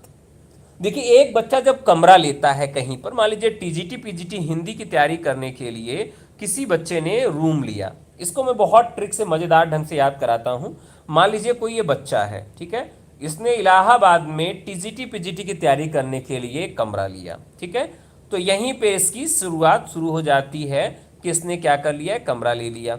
अब यहीं से अब ये क्या करेगा? इसमें सारा सामान रखेगा। सबसे पहले इसमें आलपीन खरीद के रखेगा, एक अलमारी खरीदेगा कि भाई इसमें कुछ सामान रखा जाएगा, एक नहाने के लिए बाल्टी खरीदेगा, ताला के लिए चाबी खरीदेगा तो चाबी भी रहेगी, फीता काट के क्या करेगा? इसमें अब खुद की एंट्री करवाएगा। और फिर कुछ दिन बाद तंबाकू भी खाने लगेगा कि यार रात को नींद आती है तंबाकू खा लें। और फिर कुछ दिन बाद खाना बनाने के लिए आया बुला लेता, आया लगा लेता है। और लड़ाई झगड़ा करने के लिए इस्पात यानी कि छड़ी रख लेता है, लोहे का इस्पात रख लेता है। और फिर कुछ दिन बाद स्त्री भी लाता है अपने कमरे पर। फिर क्या करता है? एक कमीज जाके बढ़िया पीवीआर से खरीदता है, कनस्टर खरीद लाता है घर से, उसमें आटा वाटा रख देंगे तो कनस्टर हो जाएगा। कमरा है वो ले ही लेता है अपने लिए। फिर क्या करता है कि भाई बहुत कमज़ोर हो रहा हूँ तो काजू खरीद के ला के रख लेता है। फिर कुछ दिन बाद जब कहता है कि यहीं रहना है तो फिर वो क्या करता है? एक गमला खरीद लाता है और गमले में कुछ जो है गोभी लगा देता है, तो गमला में गोभी उगाने लगता है। गोदाम में वो जाता है और सस्ती सस्ती तौलिया खरीद कर लाता है। और फिर क्या करता है? जहां नीलामी होती रहती वहां पर जाता है और वहां से बहुत सारे पिस्तौल खरीद के लाता है और मेज़ खरीद के लाता है। और क्या करता है? वो बड़े भैया के साया में रहता है कि हमारे बड़े भैया ये हैं वो हैं, तो साया रहेगा यहाँ पर। फिर कुछ दिन बाद जब उसको लगता है कि यार अब सब कुछ गड़बड़ हो रहा है, भगवान सहायता नहीं कर रहे हैं, तो वही क्या करता है? पादरी के शरण में चला जाता है कि अब हमारे पादरी जो हैं वो हमारी सारी चीज़ करेंगे। और अंत में क्या करता है कि परात खरीद लाता है, उसमें आटा को गूंथता है, ठीक है। और इस तरीके से सारा काम वो करता है। तो जब मैं इसको ट्रिक के माध्यम से पढ़ाता हूँ, एक कहानी बना के पढ़ाता हूँ, तो एक बच्चा क्या करता है? कमरा लेता है और कमरा लेके जितने भी सामान वहाँ पर रखता है वो सारे सामान जो हैं वो इसके अंतर्गत आ जाते हैं। और बहुत बढ़िया ट्रिक के माध्यम से आपको हम याद करा देते हैं जितने भी हैं, मतलब कोई भी भाषा वाले जो शब्द हैं मैं कभी रटाता नहीं हूँ, हमेशा आपको याद करा देता हूँ कि आप आंख बंद कर लीजिए और आंख बंद करके जो है आप हमारे साथ यात्रा करिए। आंख बंद करिए कि आपने एक कमरा किराए पर ले लिया, तो कमरा सही एक हो गया। कमरा किस सब भाषा का शब्द है? पुर्तगाली का। तो एक पुर्तगाली लड़का आके कमरा लेता है। कमरा लिया कि भैया टीजीटी पीजीटी हिंदी की तैयारी करेंगे, टीचर्स एकेडमी से ऑनलाइन कोर्स लेंगे। तो एक पुर्तगाली लड़का क्या करता है? कमरा लेता है। कमरा लेकर वो बहुत सारे सामान खरीदता है, अलमारी, बाल्टी, चाबी खरीद लाता है, आल्पीन खरीद लाता है और फीता काट कर उसमें एंट्री करता है। कुछ दिन बाद उसको क्या लगता है कि अब मुझे रात को नींद नहीं आ रही है, तो नींद ना आए, नींद बहुत ज़्यादा आ रही, नींद ना आए इसलिए वो तंबाकू खाने लगता है। खाना बनाने के लिए आया रख लेता है, कपड़ा प्रेस करने के लिए इस्पात और इस्त्री रख लेता है, आटा रखने के लिए कनस्टर लाता है, मोटा होने के लिए काजू खरीदता है, बाहर पेड़ लगाने के लिए गमला खरीदता है, गोदाम से सस्ती चीज़ें जाके खरीद लाता है, तौलिया, नीलाम कोई भी चीज़ होती है तो उस नीलामी में परत खरीद लाता है। और इलाहाबाद में जो लड़के रहते हैं पिस्तौल भी खरीद लाते हैं, अंत समय में मेज़ पे पिस्तौल रख देते हैं और लबादा बनाते हैं और कहते हैं बड़े भैया का साया है हमारे ऊपर। और फिर जब कुछ नहीं सेट होता, भगवान हनुमान मंदिर दर्शन कर करके ऊब जाते हैं, तो फिर वो पादरी के यहाँ भी जाने लगते हैं। तो इस प्रकार से हम चाहें तो इस ट्रिक के माध्यम से आसानी से हम सारे के सारे शब्दों को याद कर सकते हैं। ट्रिक कैसा लगा जरूर कमेंट करके बताइएगा। नेक्स्ट क्वेश्चन है प्रश्न संख्या 5। भैया आप लोग तो एक दूसरे के हालचाल पूछ रहे हैं? मुझे यहाँ पर बुखार है, जुकाम है, मैं चिल्लाए जा रहा हूँ, पढ़ाए जा रहा हूँ, लोग क्या कर रहे हैं, एक दूसरे का हालचाल पूछ रहे, तुम कहाँ के हो, तुम कहाँ के हो। अरे भैया जैसे शादी वादी तय करनी हो, हाँ, कि भैया गोत्र बता दो, कि लंबाई चौड़ाई ऊंचाई आयतन बता दो, शादी विवाह जैसे करना हो, हद है। अरे हिंदी पढ़ रहे हो यार, चलो जो क्वेश्चन पूछा जा रहा है उसका तो जवाब दोगे नहीं आप लोग, एकदम से मौज काट देते हो गुरु। निम्नलिखित में कौन सी भाषा संविधान की 8वीं अनुसूची में है? ध्यान रखिएगा, 8वीं अनुसूची की जो भाषाएं हैं वो आपको याद रखनी है। तो 8वीं अनुसूची में जो भाषाएं हैं उसमें कौन सी भाषा नहीं है ये आपको याद रखना है। 22 भारतीय भाषाओं को सम्मिलित किया गया है। प्रारंभ में 14 भाषाओं को रखा गया था और बाद में इसमें सिंधी भाषा को 21वें संविधान संशोधन अधिनियम 1967, कोंकणी भाषा, मणिपुरी भाषा और नेपाली भाषा को 71वां संविधान संशोधन अधिनियम 1992 में जोड़ दिया गया। ठीक है, तो इसको याद रखिएगा। अब 40 भाषाएं हैं जो और मांग कर रही हैं कि हमको इसमें जोड़ा जाए। ठीक है, तो यहां तो आप लोग जवाब दे ही चुके होंगे। सही जवाब आप क्या दे रहे हैं, मैं भी देख लूं भाई कि आप जो है सही जवाब क्या दे रहे हैं। 5 का तो में है यानी कि नेपाली है।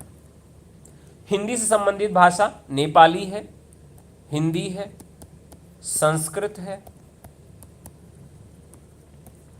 और उर्दू है। ध्यान रखना है कि अंग्रेजी भाषा नहीं है। सबसे ज़्यादा कंफ्यूजन यही क्रिएट करती है, अंग्रेजी भाषा नहीं है। कभी मेरा कोई हालचाल पूछता ही नहीं कि मेरा घर कहाँ है, मैं कौन हूँ, कब खाता हूँ, कब बनाता हूँ, क्या हाल है, हमसे कोई हाल चाल नहीं पूछता। लोग आपस में हाल चाल पूछते रहते हैं। कोई बात नहीं है, मेरा भी एक दिन आएगा तो मेरा भी आप लोग हाल चाल पूछोगे। निम्नलिखित में से कौन सी बोली पश्चिमी हिंदी की नहीं है? बहुत आसान आसान से सवाल है, अब थोड़ा हम लोग जल्दी जल्दी सॉल्व करेंगे। तो राइट आंसर हो जाएगा मगही, मैथिली, भोजपुरी, ये बिहारी के अंतर्गत आती है। हिंदी में प्रचलित सिफारिश किस भाषा का शब्द है? सिफारिश जो है वो किस भाषा का शब्द है? तो यह किस भाषा का शब्द है साथियों, ये आप लोग कमेंट करके बताएं। सिफारिश किस भाषा का शब्द है? ज़्यादातर लोग संभावना है कि गलत जवाब देंगे। ठीक है, आपको बताना है कि किस भाषा का शब्द है। ये भी बहुत ट्रिकी अंदाज से मैं आपको याद दिलाता हूँ, याद कराता हूँ। फारसी भाषा के शब्द हैं ये। फारसी भाषा के जो शब्द हैं जो हिंदी में प्रयुक्त होते हैं वो कौन कौन से हैं? ठीक है, चलिए तो बताऊं।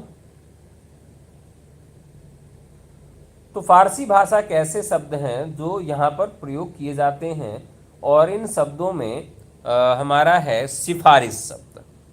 चलिए अब टाइम नहीं लेंगे, जल्दी जल्दी हल कराएंगे। संज्ञा अथवा सर्वनाम के जिस रूप से उसका संबंध वाक्य के किसी दूसरे शब्द के साथ प्रकाशित होता है उसे क्या कहते हैं? ये एक व्याकरण का सवाल इसमें आ गया है। मुझे लगता है कि सभी लोग सही जवाब देंगे, कठिन सवाल होगा आप सबके लिए। तो यहाँ पर क्या होता है, संज्ञा और सर्वनाम से कारक जो है उसका संबंध दर्शाता है, तो राइट आंसर कारक हो जाएगा। इस मेले का मुख्य उद्देश्य है कि व्यापार में वृद्धि हो, किस प्रकार का वाक्य प्रयोग किया गया है, व्याकरण का सवाल है, तो यहाँ पर मिश्र वाक्य का प्रयोग किया गया है। नेक्स्ट क्वेश्चन है, भारतीय संविधान के किस अनुच्छेद के अनुसार उच्चतम न्यायालय और उच्च न्यायालय में सब कार्यवाही अंग्रेजी भाषा में होंगी? 15 साल के लिए निर्धारित किया गया था। तो यहाँ पर संसद की भाषा का विवरण कहाँ से दिया गया? तो ये दिया गया अनुच्छेद 348 में। कौन सा शब्द तद्भव नहीं है? कौन सा शब्द जो है वो तद्भव नहीं है? तो वायु जो है वो तत्सम शब्द है। निम्नलिखित में कौन सा शब्द यौगिक है, रूढ़ नहीं है? कौन सा शब्द यौगिक है, रूढ़ नहीं है? तो यहाँ राइट आंसर हो जाएगा जलद, ये यौगिक शब्द है, रूढ़ नहीं है। कौन सी भाषा आर्य भाषाओं के अंतर्गत नहीं आती है? आर्य भाषा के अंतर्गत नहीं आती है, तो ये अरबी जो है ये आर्य भाषा के अंतर्गत नहीं आती है। तारीख निम्नलिखित में किस भाषा का मूल शब्द है? तारीख किस भाषा का शब्द है? तो अभी मैंने आपको बताया था अरबी भाषा का शब्द है। निम्नलिखित में से कौन सी भाषा आर्य भाषाओं में शामिल नहीं है? तो आर्य भाषाओं में शामिल नहीं है, तुर्की जो है ये नहीं है। निम्नलिखित में कौन सा शब्द रूढ़ है, यौगिक नहीं है? रूढ़ है, यौगिक नहीं है, तो राइट आंसर हो जाएगा आपका पीला। निम्नलिखित में कौन सा शब्द फारसी शब्द का है, फारसी से लिया गया है? तो फारसी का जो शब्द है वो क्या है, दाग शब्द है। निम्नलिखित में कौन सा शब्द तद्भव शब्द नहीं है? तद्भव शब्द आपका नहीं है, तो कवि जो है वो तद्भव शब्द नहीं है। निम्नलिखित में कौन सी भाषा आर्य भाषाओं में शामिल नहीं है? तो कौन सी भाषा आर्य भाषाओं में शामिल नहीं है? तो यहाँ राइट आंसर हो जाएगा अरबी जो है वह आर्य भाषा में शामिल नहीं है। बहुत महत्वपूर्ण है। राजभाषा आयोग का गठन कब किया गया? अभी अभी हम लोगों ने सवाल को देखा था। तो राजभाषा आयोग का गठन किया गया था 1955 में। कौन सा तत्सम शब्द नहीं है? तो तत्सम शब्द नहीं है पूछा गया है, तो किसान जो है वह तत्सम शब्द नहीं है। देखिए शुरुआत के लगभग 40 प्रश्न हम लोगों ने बहुत अच्छे से पढ़े थे और यहाँ पर फटाफट क्वेश्चन कर रहे हैं क्योंकि ये आसान से सवाल है। निम्नलिखित में कौन सी भाषा सामी भाषाओं में शामिल नहीं है? अब आपको बताना है कि सामी भाषाओं में शामिल नहीं है। ये थोड़ा सा अच्छा प्रश्न है, सामी हामी भाषा।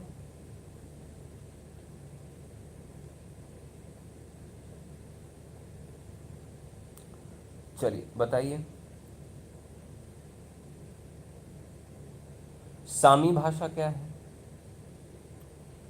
सन 3000 ईसा पूर्व इसे सामी भाषाएं या सामाटिक भाषाएं कहा गया। 27 करोड़ से अधिक लोगों द्वारा बोली जाने वाली भाषाओं का भाषा परिवार है, जिसे सामी भाषा परिवार की एक उपशाखा के रूप में जाना जाता है। मध्य पूर्व, उत्तर अफ्रीका और अफ्रीका के सींगा क्षेत्रों में बोली जाता है। सबसे अधिक बोली जाने वाली सामी भाषा अरबी है, जिसे 20 करोड़ से अधिक लोग अपनी मातृभाषा के रूप में बोलते हैं। इसके अलावा महारिक 2.7 करोड़, तिंग्रिया 67 लाख और इब्रानी 50 लाख लोग और अरमाइक 22 लाख लोग इसे बोलते हैं। यहाँ पर राइट आंसर क्या होगा 22 नंबर का, ये आप सबको बताना है। तो साथियों राइट आंसर हो जाएगा इसका फारसी भाषा। क्या हो जाएगा? फारसी भाषा हो जाएगा। अब यहां पर कुछ चीजें बहुत महत्वपूर्ण है आपके लिए समझने वाली। वो चीज क्या है कि आर्य भाषा वास्तव में है क्या और आर्य भाषा में कौन कौन सी भाषाएं हमारी सम्मिलित होती हैं। आर्य भाषा यानी पारिवारिक वर्गीकरण के आधार पर हम करते हैं। और आर्य भाषा जो है ये किसके अंतर्गत आती है? तो अफ्रीकी भूखंड में 4 भाषा परिवार आते हैं, यूरेशिया भूखंड में 9 भाषा परिवार आते हैं, जिसमें Hamitic, Semitic, Caucasian, Ural Altaic, चीनी, द्रविड़, आस्ट्रो एशियाटिक, जापानी, कोरियाई, मलय, पोलिनेशियाई, भारोपीय। तो ये यूरेशिया खंड में एक भाषा परिवार है जिसे हम भारोपीय भाषा परिवार के नाम से जानते हैं। और इसी में और ये जिनका भूखंड है वो समान है। अब बात करते हैं यहाँ पर हम भारोपीय भाषा परिवार की। तो भारोपीय भाषा परिवार इसे एशिया में भारत, बांग्लादेश, श्रीलंका, पाकिस्तान, अफगानिस्तान, ईरान, यूरोप में रूस, रोमानिया, फ्रांस, पुर्तगाल, Spain, England, Germany, America, Canada, Africa और ऑस्ट्रेलिया के अनेक भागों में बोला जाता है। इसमें संस्कृत, पाली, प्राकृत, अपभ्रंश प्राचीन में थी, फ्रांसीसी, अवेस्ता, ग्रीक, लैटिन आधुनिक में अंग्रेजी, रूसी, जर्मन, स्पेनिक, फ्रांसीसी, अवेस्ता, ग्रीक, लैटिन है आधुनिक में रूसी, जर्मन, स्पेनिक, फ्रांसीसी, पुर्तगाली, इतालवी, फारसी, हिंदी, बांग्ला, गुजराती, मराठी है। और इस भाषा परिवार में ये विश्व के बहुत बड़े भाग पर बोला जाता है। ये भौगोलिक क्षेत्र की दृष्टि से सबसे बड़ा परिवार है और इसमें अन्य परिवारों की तुलना में भाषाओं और बोलियों की संख्या बहुत अधिक है। अब यहाँ पर आज का 2 क्वेश्चन आपके लिए पूछ रहा हूँ, 2 क्वेश्चन आज आपके लिए छोड़ रहा हूँ। भौगोलिक दृष्टिकोण से सबसे बड़ा भाषाई परिवार कौन सा है? भौगोलिक दृष्टिकोण से और सबसे ज्यादा लोगों के द्वारा बोले जाने वाले भाषाई परिवार कौन से हैं? तो लोगों सबसे ज्यादा यानी कि ज्यादा लोगों के आधार पर सबसे ज्यादा कौन सा भाषा परिवार बोला जाता है? एक तो क्षेत्रफल के आधार पर, यानी सबसे ज्यादा क्षेत्रफल किस भाषा परिवार का है और सबसे ज्यादा लोग किस भाषा परिवार में है। ये दोनों सवाल आपसे पूछना है, ये आपको जवाब देना है। दोनों बहुत महत्वपूर्ण है और कल के एपिसोड में हम इन्हीं भाषा परिवारों से संबंधित प्रश्न देखेंगे। कल का एपिसोड बहुत महत्वपूर्ण होने वाला है, आप लोग जरूर लाइव रह के इस एपिसोड को देखिएगा। अगर आप हमारे किसी भी बैच से जुड़ना चाहते हैं, आप हमारे किसी भी बैच से जुड़ना चाहते हैं तो आपके लिए एक ऑप्शन है। वो कौन सा ऑप्शन है? आप हमें व्हाट्सएप करेंगे इस नंबर पर, हमारा नंबर है 9628959237 पर, और हमारा कोई भी कोर्स ले सकते हैं, TGT, PGT, LT grade, GIC प्रवक्ता, assistant professor, BPSC, UGC NET और किसी भी स्टेट का डीटी प्लस भी हो, चाहे वो हरियाणा का हो, टीजीटी पीजीटी आपको उपलब्ध रहेगा। तो आज की कक्षा कैसी लगी जरूर बताइएगा और जो प्रश्न आपसे पूछा गया है उसका जवाब खोज के कमेंट बॉक्स में आप हमें जरूर देंगे, ऐसी मैं आपसे अपेक्षा करता हूं, और अपना अप्रिसिएशन भी देंगे। कक्षा अच्छी लगी होगी तो लाइक भी करेंगे और कक्षा अच्छी लगी होगी तो आप मुझे धन्यवाद भी कहेंगे। कमेंट बॉक्स में आप कम से कम 20 से 25 कमेंट हमारे लिए जरूर छोड़ेंगे। ऐसे महत्वपूर्ण कमेंट्स का मैं नेक्स्ट क्लास में जरूर विवरण आपके सामने प्रस्तुत करूंगा। तो आज के लिए इतना ही, बहुत बहुत धन्यवाद। नमस्कार, जय हिंद।